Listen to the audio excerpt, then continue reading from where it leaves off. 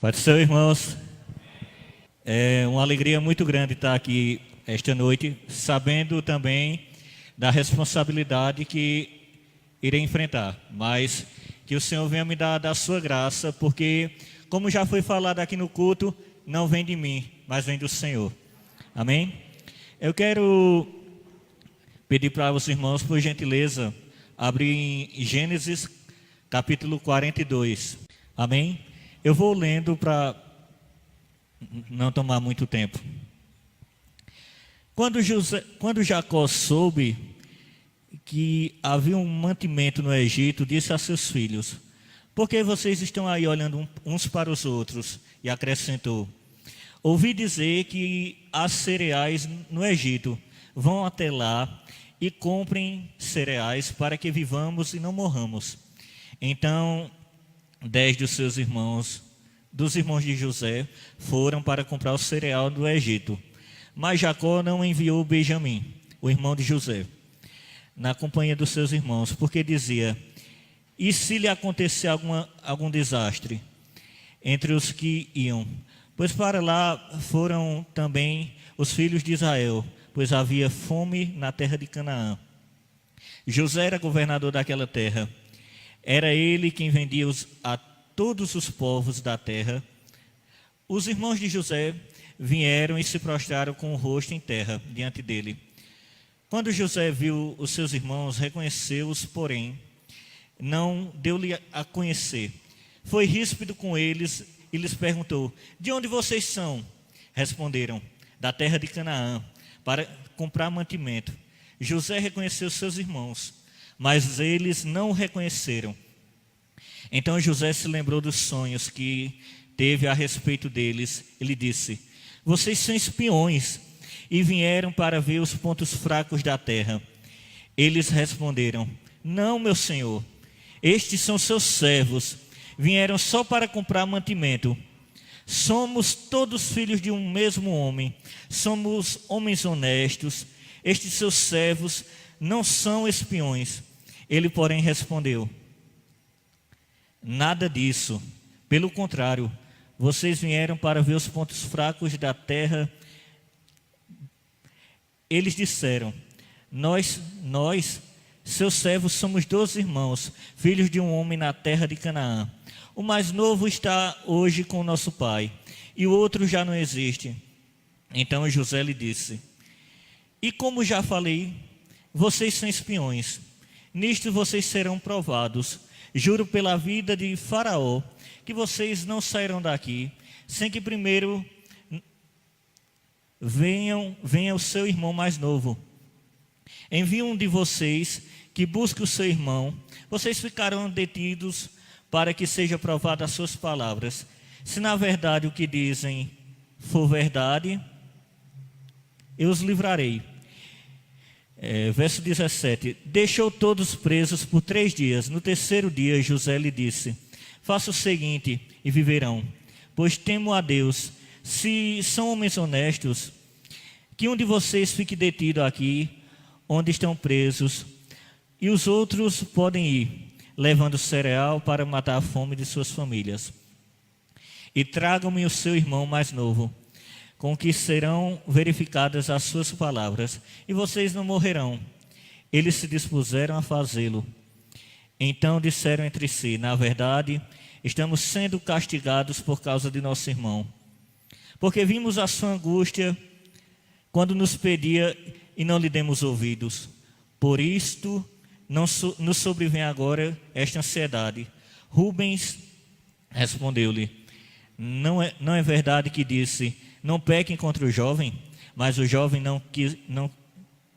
não quiseram ouvir, pois agora estão vendo que o sangue dele está sendo requerido de nós. Eles, porém, não sabiam que José os entendia, porque lhes falava por meio de intérprete. E retirando-se deles, José chorou. Depois, voltando para junto deles, lhe falou outra vez. E escolheu Simeão e o algemou na presença deles. Irmãos, a leitura extensa, mas precisa. Para entendermos esse texto, para entendermos a pregação, eu queria resumir um pouco da história de José. José era o filho da velhice de Jacó, era um menino mimado, ele tinha vários dons, e por conta desses dons, e por conta dele ser amado, ele era odiado pelos seus irmãos, amado pelo pai e odiado pelos seus irmãos. E José, certo dia, teve 2 sonhos. Um dos sonhos, José disse, que viu os molhos dele e o dos seus irmãos, o dele levantado e o dos seus irmãos prostrado entre eles. E no outro sonho, José viu o sol e a lua e 11 estrelas, que representavam seu pai, e seus pais e seus irmãos. E seus irmãos o odiaram mais. Odiaram. E certo dia José foi ao pasto, onde pastoreavam seus irmãos as ovelhas, e os seus irmãos tentaram contra a vida de José. Então eles pegaram José, prenderam José, colocaram José num buraco, depois decidiram vendê-lo. Eles queriam até matar José. E do nada venderam José ao Egito. Quando José chegou ao Egito, foi vendido a Potifar. Lá, vendo as suas habilidades, José se tornou jardineiro de Potifar. Vendo que José era belo, a mulher de Potifar começou a cobiçá-lo, querer tê-lo como homem, mas José não negou. E José ensina a lição a gente, que a gente deve a cada dia renunciar ao nosso eu, renunciar à carne. Por mais que ele fosse jovem, ele era tentado todos os dias, sem abrir exceção. Todos os dias José era tentado. A mulher, como não conseguiu o que queria, inventou que José estava querendo lhe estuprar. José foi preso, e alguns anos no calabouço, José interpreta o sonho de 2 servos de Faraó. Então José disse que um ia morrer e outro ia viver. Logo após esses sonhos, tudo acontece como foi feito no sonho. E logo após o que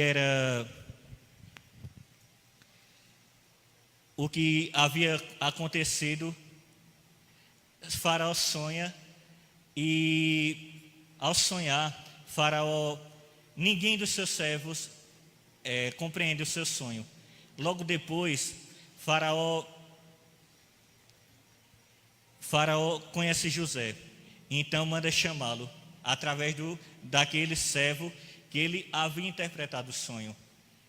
E José do nada se torna governador do Egito ao interpretar esse sonho. Irmãos, aí é que entra no texto em que foi lido. Me desculpem a demora explicando essa história, mas é preciso.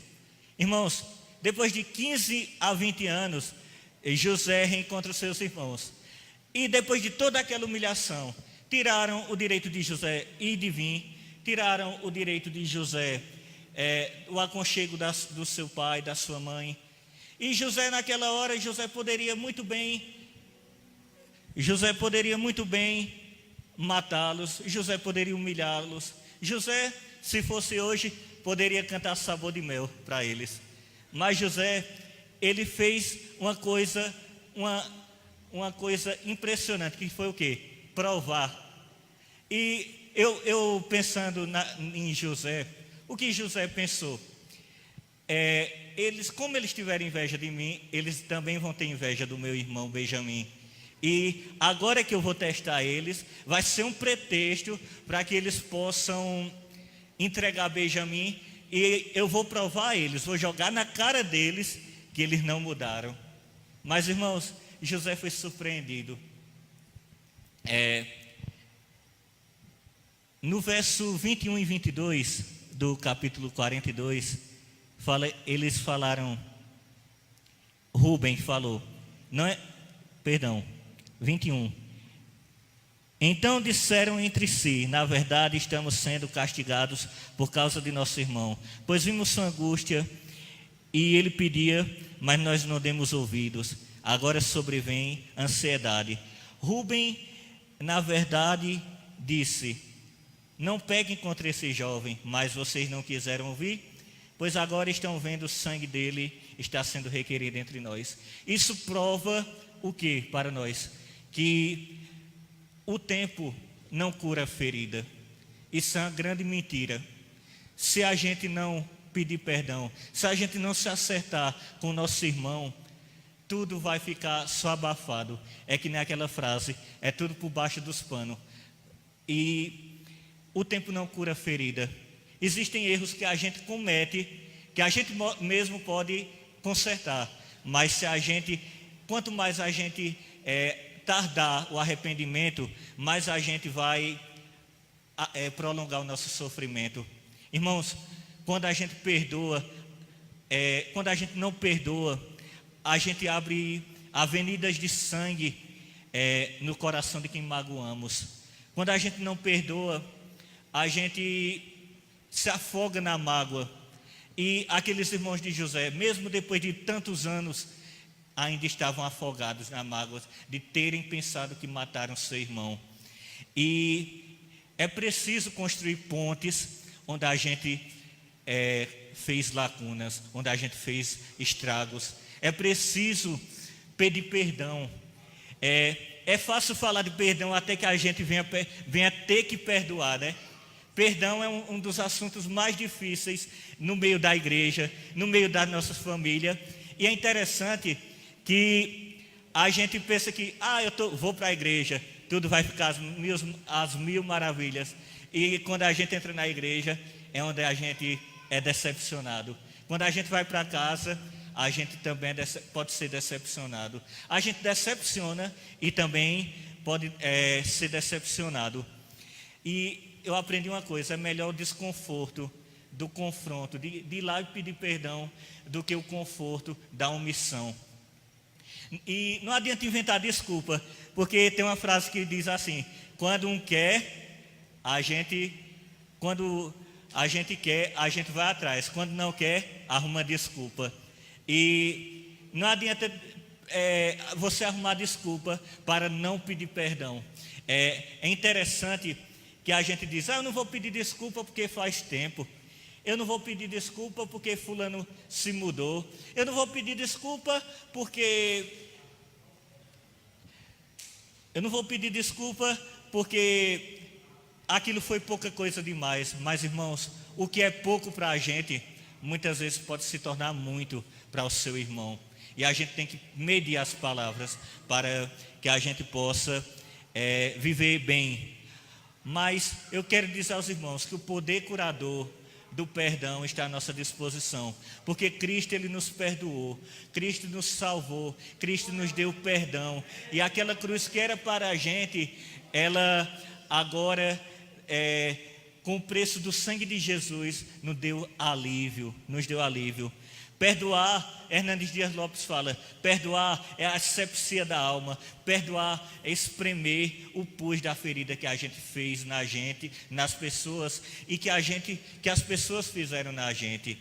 Por mais difícil que seja perdoar, precisamos entender que estamos sujeitos a passar decepções. Aí você diz, Joaninha, tu fala isso porque tu nunca precisou perdoar.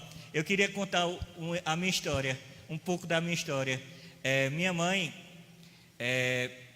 ela antes de se converter, ela foi uma mãe que não me deu tanto amor, o amor de uma mãe que dá para o seu filho. E eu cheguei a odiar minha mãe. Minha mãe disse coisa comigo que eu não desejo a nenhum filho ouvir ou passar por isso. E eu cheguei a odiar minha mãe, eu confesso aos irmãos.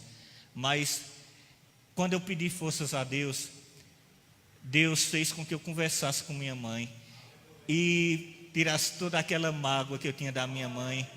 E através daquela conversa, hoje eu considero minha mãe como uma das melhores amigas da minha vida.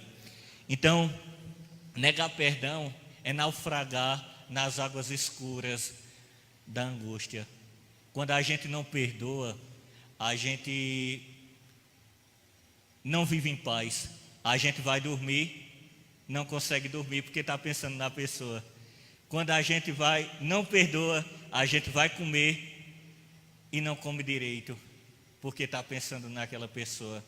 Quando a gente vai conversar com outra pessoa, aquela mágoa que a gente teve no passado atrapalha os nossos relacionamentos. E o fato de estarmos aqui é um sinal de que fomos perdoados. Perdoar é graça. Perdoar não vem de nós.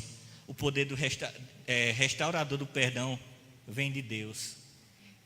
E quando José pediu aquela prova a seus irmãos, eles voltaram para Canaã, deixaram Simeão no Egito e foram falar a Jacó. Jacó disse: não, já fizeram, meu filho José já morreu e eu vou estar sujeito a Benjamim também passar um desastre desse.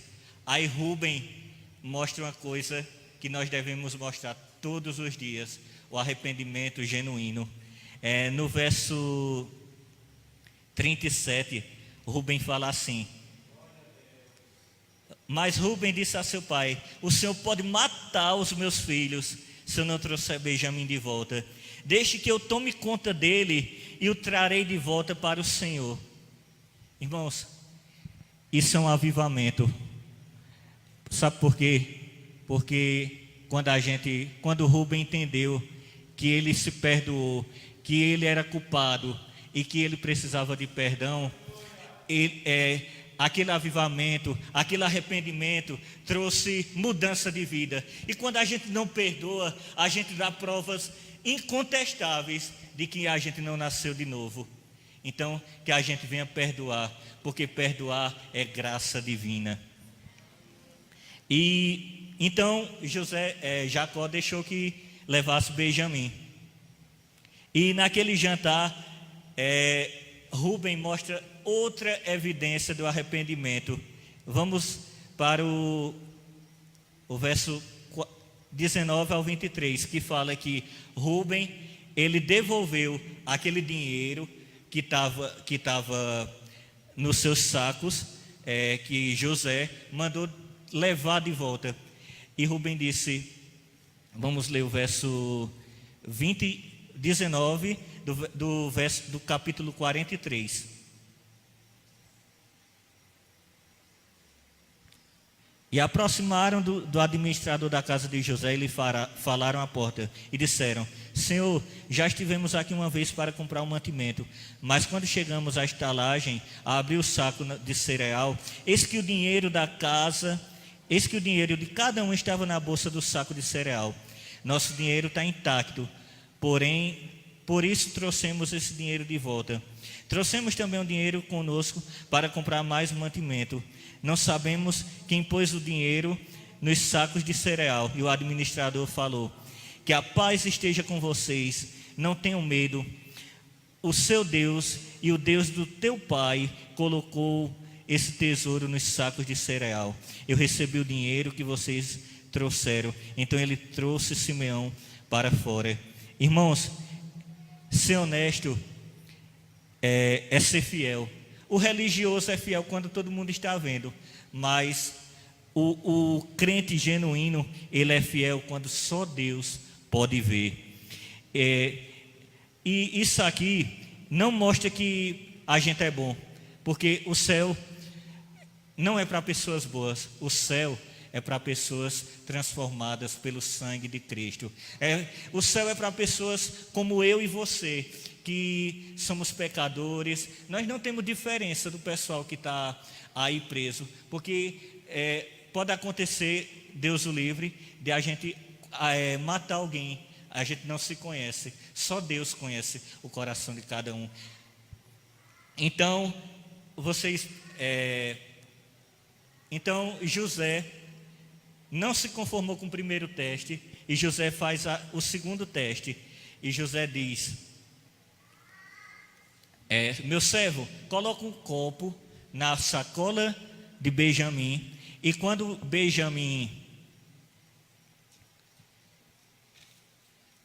eles forem saindo, vocês acuam eles. E diz: mas rapaz, vocês pagaram bem com mal, como é que vocês podem? E eu quero ver a atitude deles, em outras palavras. É então que ele vai, o servo vai até os seus irmãos, vai até Benjamim e acha o copo. E naquele momento, Rubem mostra outra evidência de que ele foi transformado. Rubem, no capítulo 44, no verso 33 e 34, fala assim: agora, pois, este é teu servo, fique em lugar de José, como seu escravo, meu senhor, e que jovem volte com os seus irmãos, porque como poderei votar meu pai, se o jovem não for comigo? Eu não poderia ver esse mal se abatendo sobre meu pai. Irmãos, José então cai às lágrimas. No capítulo 45, eu queria fazer uma leitura alternada com a igreja. Eu vou ler os versos ímpares e vocês vão ler os versos pares. Capítulo 45 de Gênesis. Então José, não conseguindo se conter diante de todos os que estavam com ele, gritou: saiam todos da minha presença. E ninguém ficou com ele. Quando José se deu a conhecer a seus irmãos,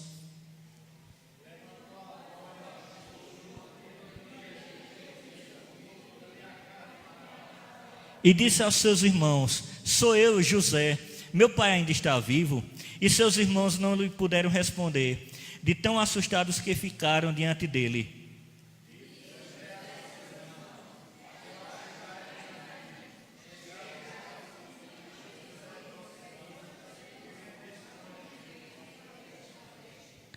Agora, pois, não fiquem tristes, nem irritados contra vocês mesmos, por terem me vendido para cá, porque foi para a preservação da vida de Deus que Deus me enviou adiante de vocês.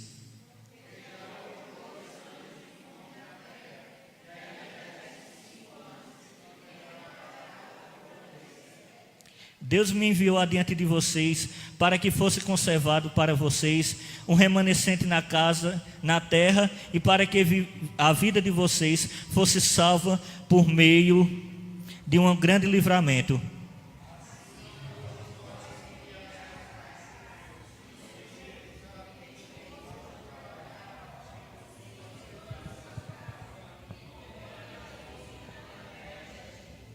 Até aqui, irmãos, a vida de José nos ensina 3 lições. Precisamos identificar as bênçãos de Deus disfarçadas de provações. No verso 7 e no verso 8, José diz: não fiquem assustados, porque eu fui enviado, não foi vocês que me enviaram, mas foi Deus. Irmãos, compreender que todas as coisas ocorrem para o bem daqueles que amam a Deus, é lembrar que até as coisas que subtraem, elas somam. Irmãos, nosso Pai Celestial, Ele é sempre capaz de conseguir qualquer coisa, por mais calamitosa que seja transformada em bênção para a sua honra e glória.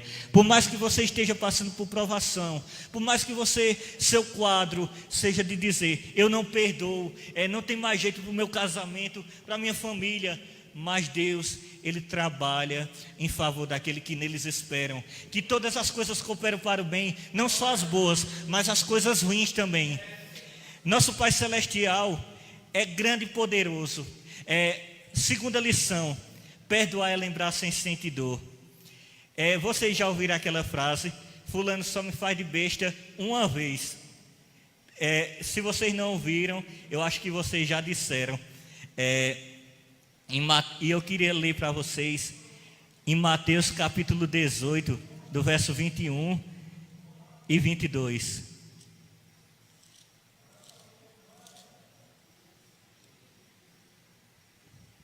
Então Pedro, aproximando-se de Jesus, disse: Senhor, até quantas vezes eu se meu irmão pecar contra mim, que eu lhe perdoe até 7?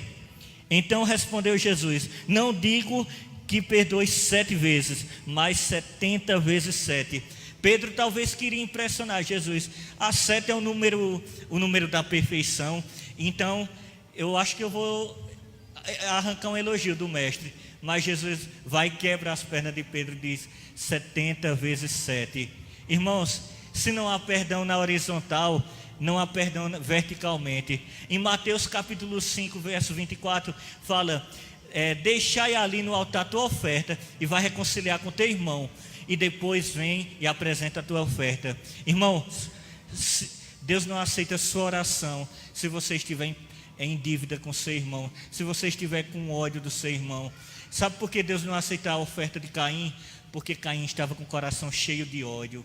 Porque Caim não queria ofertar a Deus de coração puro, mas ele queria disputar com seu irmão quem era maior, quem podia dar a maior oferta. E 3, o perdão é a chave da reconciliação. Quando José disse: achegai-vos a mim, José disse: eu perdoo vocês, eu esqueci tudo que vocês fizeram.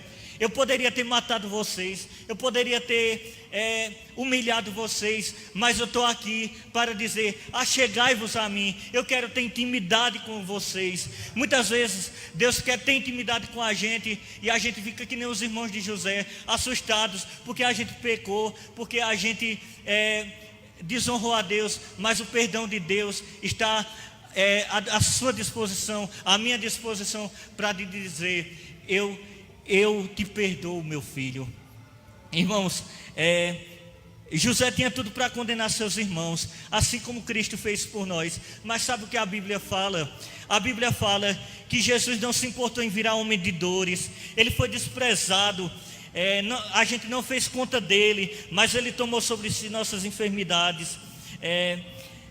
Nós o reputávamos como aflito de Deus e oprimido, mas ele foi ferido por causa de nossas transgressões, ele foi moído por conta de nossas iniquidades. O castigo que nos traz a paz estava sobre ele, e pelas suas pisaduras fomos sarados. Sabe o que Jesus fez aqui? Jesus pegou o escrito que era de dívida, que era contra nós, e lá do alto do madeiro disse: está consumado, está perdoado, vocês estão perdoados. Zé Maria, você está perdoado. Cristo disse: Jobson, você está perdoado. Então Jesus pegou aquele escrito, rasgou, e em Paulo fala: onde está o morte a tua vitória? Onde está o morte o teu aguilhão? A morte foi derrotada e Jesus, ele reina pelos séculos dos séculos. Irmãos, Mateus capítulo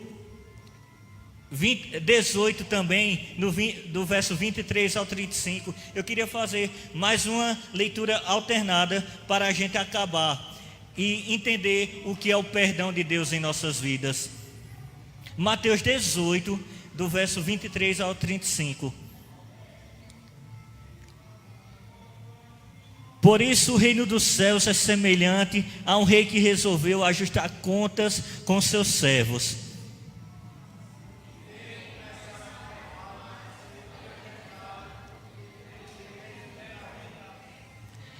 Não tendo ele, porém, como que pagar o que o patrão ordenou que fosse vendido a ele, a mulher e os seus filhos, tudo que possuía, e o que devia fosse pagar. Então os irmãos: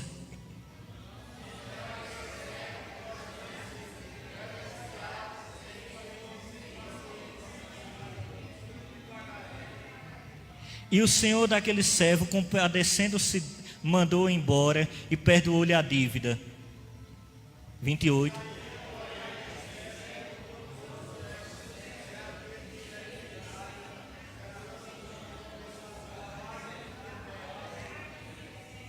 Então seu conservo, caindo aos pés dele, pedia: tenha paciência comigo e pagarei tudo a você.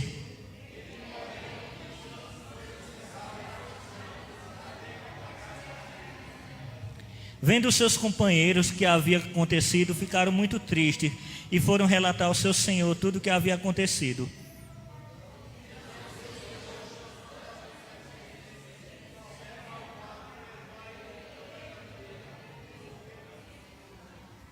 Será que você também não devia ter compaixão do teu conservo, como eu tive compaixão de você?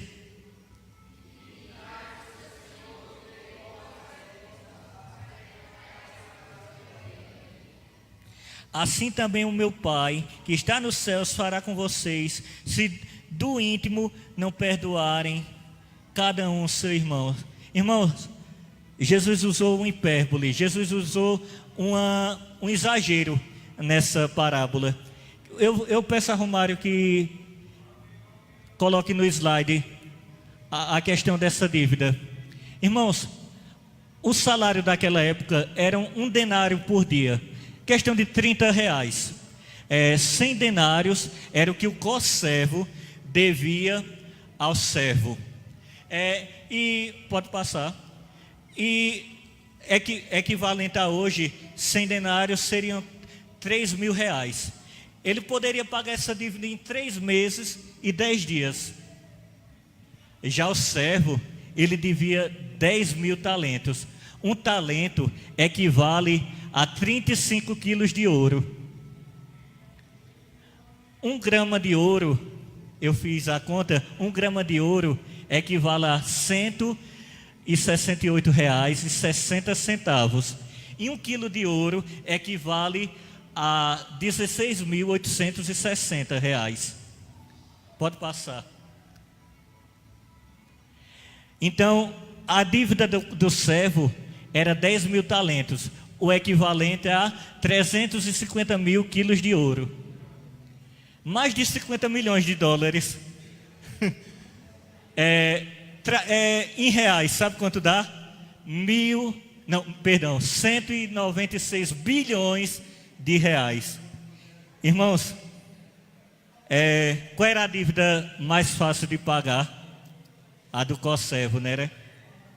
Então, Jesus quis mostrar através dessa parábola que Ele nos perdoou mais do que 196 bilhões de reais. O seu sangue valeu mais do que tudo isso. E à medida que a gente entende o perdão, a gente passa a demonstrar essa atitude com os nossos irmãos. Irmãos, Cristo está a toda hora disposto a perdoá-los. Que você entenda o que Cristo fez por nós. Não foi de graça, mas foi a graça do Senhor em nossas vidas. Essa oportunidade.